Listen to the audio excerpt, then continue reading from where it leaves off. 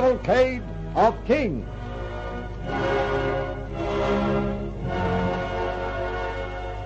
Richard III.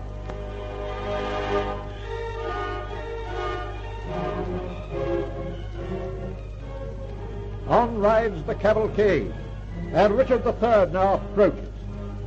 Richard was the son of Richard, Duke of York, and was born at Fotheringay Castle on the 2nd of October, 1452. Rumour accused him of the murders of Henry VI and his son, Prince Edward of Wales. But Richard was probably not quite so black as the Lancastrian historians painted him. He possessed great charm of manner, was generous, and promoted justice and religion. But circumstances conflicting with his ambitions helped the evil characteristics of his nature to kill his finer qualities. Upon the death of his brother, Edward IV, we find Richard and his friend, the Duke of Buckingham, resting at an inn on their way to London from Scotland.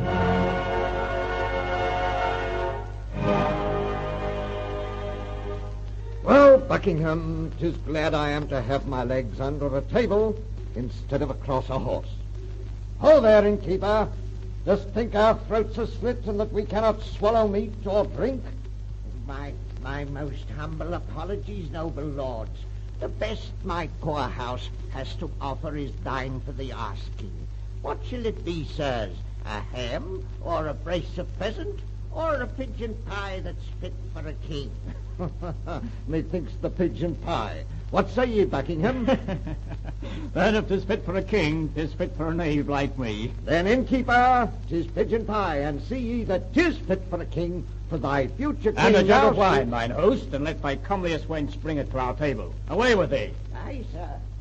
Thou art a loose-tongued one, Richard, and thy boasting will bring trouble upon thine own head. Remember, that which is whispered oft travels far, and thy nephew, King Edward, is but 10 miles away. Aye, I know it, Buckingham, and I will not rest until the brat and his brother with him are safely in the tower. It will soon be accomplished, but I would enjoin thee to be cautious until all is over. The Queen, their mother, has been exceedingly uneasy about thee, Richard, and implored my Lord Hastings to send instructions to Ludlow Castle, bidding their uncle, the Earl of Rivers, to raise an army to escort the young king to London.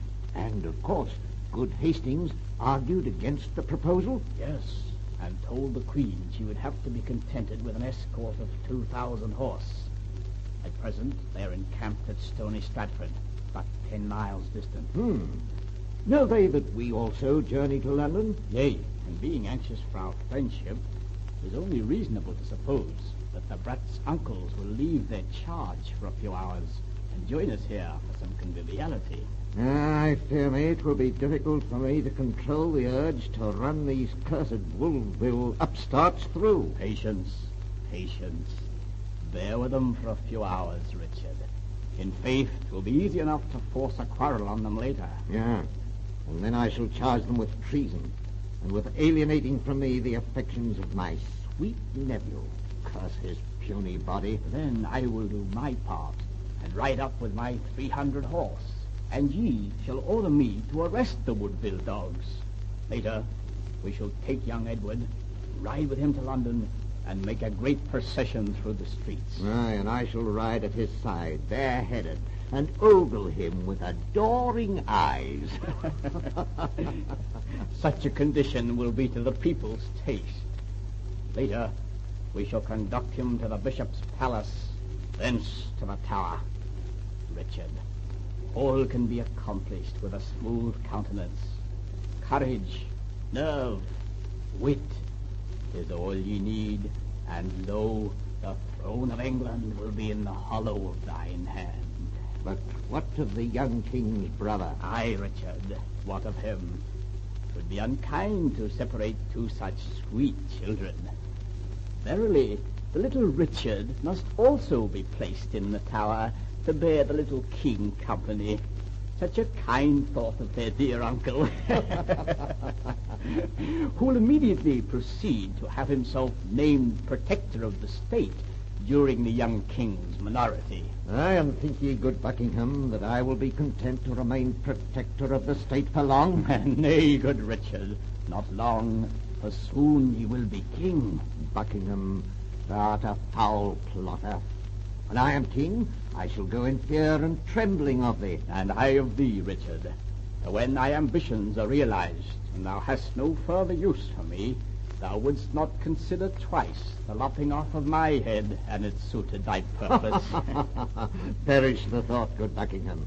Still, 'tis as well we understand each other. I have no illusions where ye are concerned, good Richard.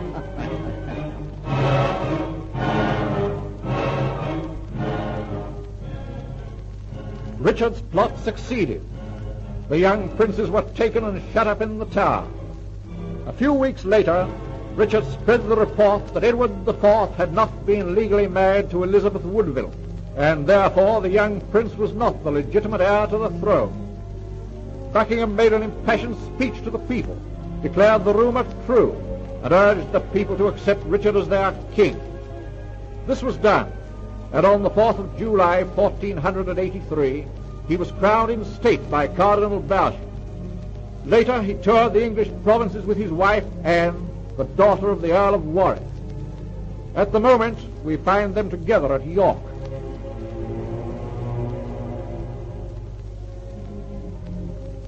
Richard, no good will come of all this. What are the plaudits of the crowd compared with thy peace of mind? Thou art ungrateful, Anne. Have I not raised thee from obscurity to the highest position in the land? Richard, my birth is as noble as thine own. I am the daughter of Warwick, and I have never languished in obscurity. But even if 'twere so, in faith, I prefer obscurity to a life of deceit and false pretences. Richard, thou wilt never know a moment's peace whilst the rightful King of England lives. Give up this mad idea, and let us live happily in the humbler, yet more secure position of the Duke and Duchess of Gloucester, before this lust for kingly power drives thee crazy. Anne, England has suffered much since Henry V closed his eyes in his last long slumber. First a madman ruled her, then an immoral weakling who left a delicate child to succeed him, when what was needed was a skillful soldier, a brave man reckless of consequence. I tell thee, Anne, England is facing the deadliest crisis of her history. If she comes out victorious, she will gain all she has lost, and her former glory will be restored to her. To lose the fight means degradation, dishonor, obscurity, ultimate annihilation. Think ye that I, who have fought, aye, and bled for her on her battlefields, can content myself in my own security when I know I can save her? No, no, and it matters naught to me whom I sweep aside, so long as England's path to greatness is cleared of all obstacles. How well you love England, Richard. And England I love with all my soul. She is wife, mistress, mother, child to me, and for her I would sacrifice life, love, self-respect, yea, even honor itself.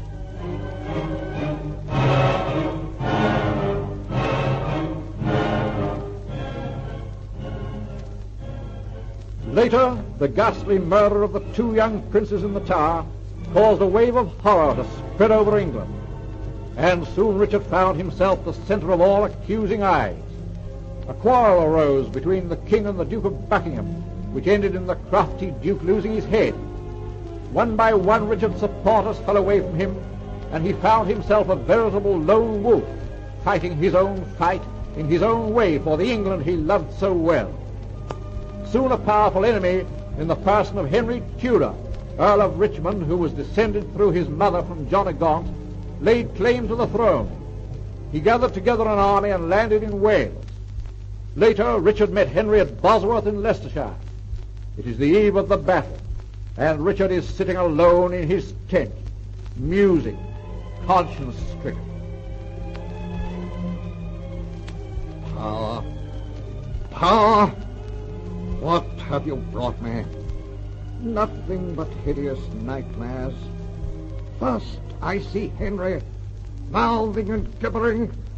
Then I hear his laugh, his insane, dreadful laugh. Night after night in my dreams he comes to me.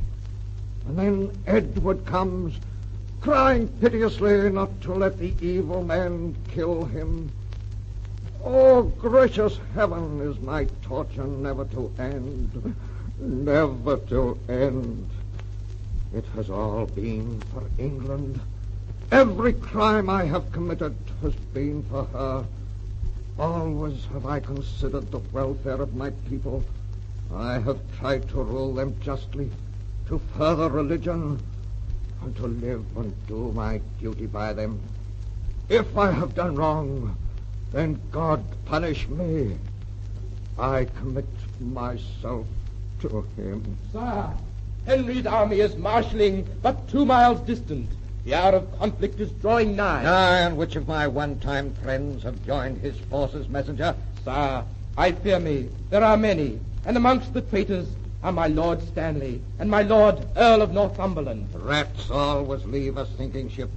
Well, let them leave. If my time has come and my end is nigh, then shall I meet it, sword in hand, as befits the King of England.